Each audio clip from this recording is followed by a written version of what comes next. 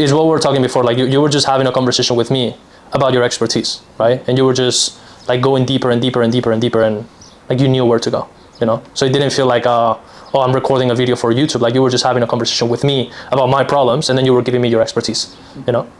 Does that make sense? O sea, esa es una idea para crear contenido. I think so. I mean, the fact that I think content is changing in a way where people don't care about like, oh, you know, I have my camera here and I'm recording and I'm going to show you how I'm going to make 100K a month. Like, I think people are buying into authenticity, into raw content, you know, like the conversation that we're having right now, like we're not manufacturing it. We're just talking about things that you're an expert on. I'm an expert on, right? Because I've sold more than $1 million on online high ticket sales. So I can talk about this, like having a conversation like this.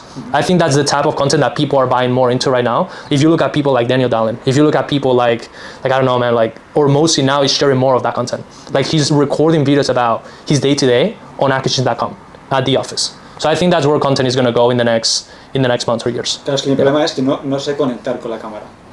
Es el problema que me bloquea a la hora de creación de contenido. Y por eso suelo ir más para un outreach, ¿sabes?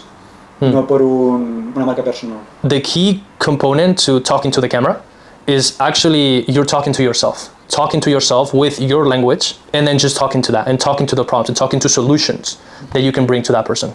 I think that's where all the pressure comes off, right? Again, it's not bad that you can actually do like writing or copywriting. That's actually good. But I think it comes from the place I think you mentioned, right? Like you have this trauma from the past, maybe, that you had a bad experience, and now it's creating that belief. And if you're trying to change people's beliefs in your job, which is your job, right?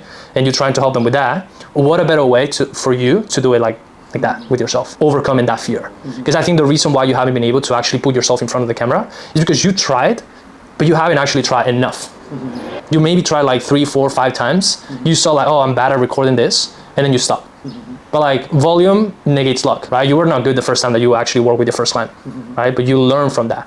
And I think you need to just do so many repetitions that you get to a point where like you can, again, have a conversation with the camera. ¿Y crees que todo el mundo podemos hacer de todo? ¿O crees que, es decir, yo creo que no tengo la habilidad para comunicar? It's a skill. O sea, ¿crees que se puede llegar a mejorar? Yes. It's like myself learning English. It's a skill. You gotta do it like a lot of times. The same with like, it's the same with recording content. It's the same as pitching somebody. It's the same as learning sales. At the end of the day, it's behaviors. And behaviors you can always learn, always, right? It's just, you gotta know who to learn it from. Okay, if you're struggling with communication, you can look at people like, for example, Tony Robbins.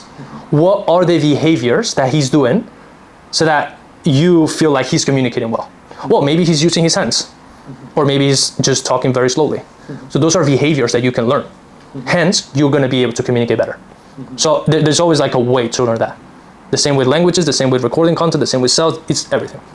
Pero ¿tú no crees que la gente nace con unos talentos más desarrollados o algo nativo? Es decir, tú eres futbolista profesional. But I learned that skill. Pero tú ya tenías el toque, las skills de manera natural.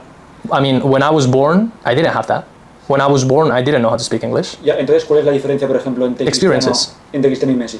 It's experiences. O entre Messi y otro jugador de fútbol que entrenan lo mismo, pero no tienen los mismos resultados, ni son los mismos jugadores. One is environment. Where do you learn soccer from? Learning in Brazil, in the favelas, is not the same as learning in like a city, right?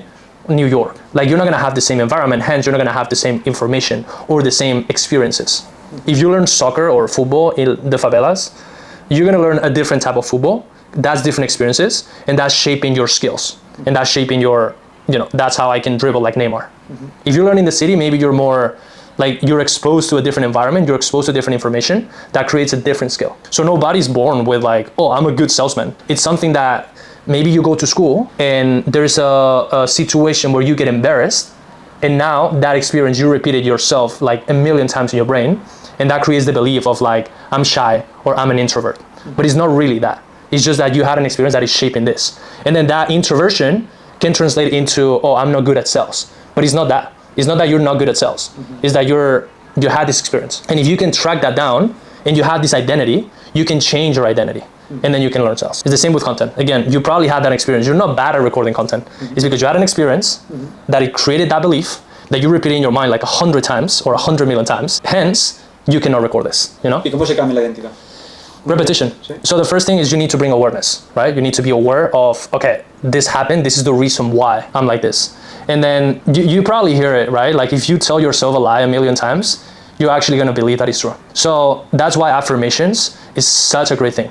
Because if you can repeat yourself, let's just imagine that you repeat yourself from now till like 1 year from now, right? You repeat yourself every single day that you are a very extroverted person, that you are the best at recording content, that you are like better than or mostly to recording content. You're gonna get yourself to a point, maybe not tomorrow, but maybe in a few weeks and months, where you're gonna be like, okay, I'm actually good at this. And then you're gonna do, since you're changing your identity and your belief, you're gonna do a different action, which is recording more content. Instead of recording 2 or 3 times, you're gonna record 10. And then the action is gonna bring you feedback. And then that feedback is gonna give you, okay, so I'm getting better at this. I'm getting better views. I'm getting more views on my YouTube video. I'm getting more engagement, whatever that is. And then that feedback is gonna change your belief again. And then you're gonna do the same cycle again and again and again and again and again. And 1 year from now, you're gonna be, okay, I'm actually good at this. It happened to me with sales.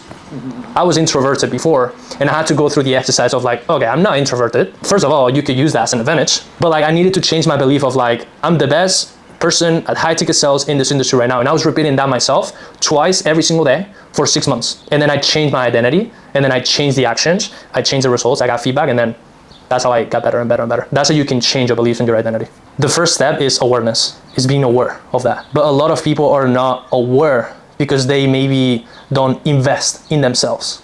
They don't invest in self-development. They don't invest in like, buying courses, buying, mentors. That's why I think the online education space is so good, man. Because if you can buy a mentor that not only gives you the information, but you actually get their point of view, their paradigm, their philosophy, and you can replicate that, that's where the beauty is. And that's why I think mentors are so important, especially if you're starting out, like if you're 20 years old and you want to have the result from this person that you look up to, buy their shit, buy their courses, buy their books, because then you're going to see how they're thinking, and then you can change based on that. But you need to be exposed to new information. Esto tiene mucho sentido porque al final es como, o sea, no tiene sentido que los jugadores profesionales de fútbol o de cualquier deporte tengan un entrenador y nosotros como personas no contratemos a ningún mentor para solucionar los problemas que nos encontramos. Yeah, it's the same. Me resuena mucho lo que comentas. Yeah, it's the same. It's the same in soccer, in football, tennis, like sports in general. It's the same in business. I had this myself where I've been an employee my whole life, right? If you look, I started my agency. I used to run an agency in the US, but then I started being an employee again, right? I was doing sales for high ticket info products. And then now when I was starting my business again, I had the identity of like I'm an employee. So I started investing again into business people so that I can learn how they think. And the first thing that you need to change is change the fact that you're not an employee. That's an identity that you give yourself to, or society gave you. Investing into the paradigm, the way they think. Again, mentors is so important to do all of that, all of that process. ¿Recomendarías a todas las personas tener un mentor? 100%. ¿Quiénes son tus mentores? I have a few mentors, and it depends on the topic that I want to learn from. For example, I invested into a guy. He was selling for Charlie Morgan before, and now he started doing his own thing, his own offer for high ticket sales. That was my first mentor in high ticket sales. Obviously, I learned the scripts. I learned how to do objections. I learned how to do reframes, psychology. But the most important thing I learned from him is the philosophy that he has about sales and high ticket sales. It's not about, you're not selling 2 people, you are selling 4 people so they can make a decision to change their life. And every single conversation that you will have is based on, I can change this person's life, right? So that was my first mentor on high ticket sales. And then I look up to Sam Owens a lot. I like his philosophy. And then before, when I was starting out and I was more in the grind season, like hustle, or Mosi, I went to Las Vegas as well to learn from him, acquisition.com. And then I would say Luke Belmar, because Luke Belmar has like the point of view of like, okay, I want to make money, but I also want to live my life. I want to live experiences, use the money to have these experiences and not being a slave of money. ¿Y cuál fue tu camino como emprendedor? Dijiste que empezaste como en tu agencia, te volviste un empleado y ahora vuelves a ser agencia. Coméntame cómo fue tu proceso. ¿Cuáles eran tus motivaciones? ¿Qué es lo que buscabas en cada momento? First of all, I was a professional soccer player. So I didn't even know what a business was until I get to the US, right? So I was playing professionally here in Spain. I got injured, spent 1 or 2 years not playing as much. And then I got the opportunity to go to the US, right? Go into college, keep playing soccer.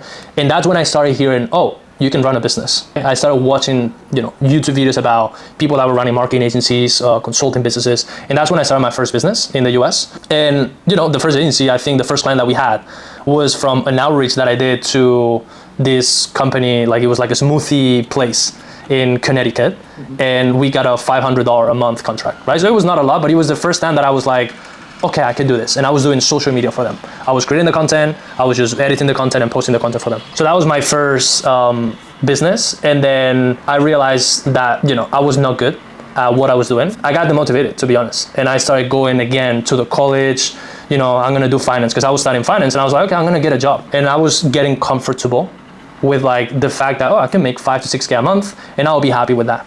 But that was not the life that I actually wanted, right? And I knew deep down.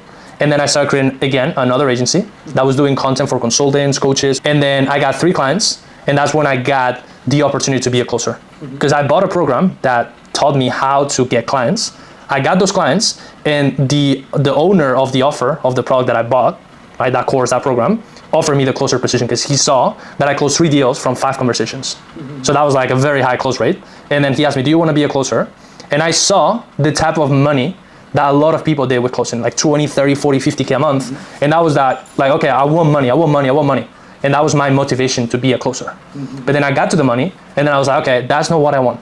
Like, when I have a scalable business, right, that doesn't rely on my time. And that's when I started going back again to fundamentals, right? Start my own business again, and then be able to scale this to make money by providing value. So that was it. That was the story.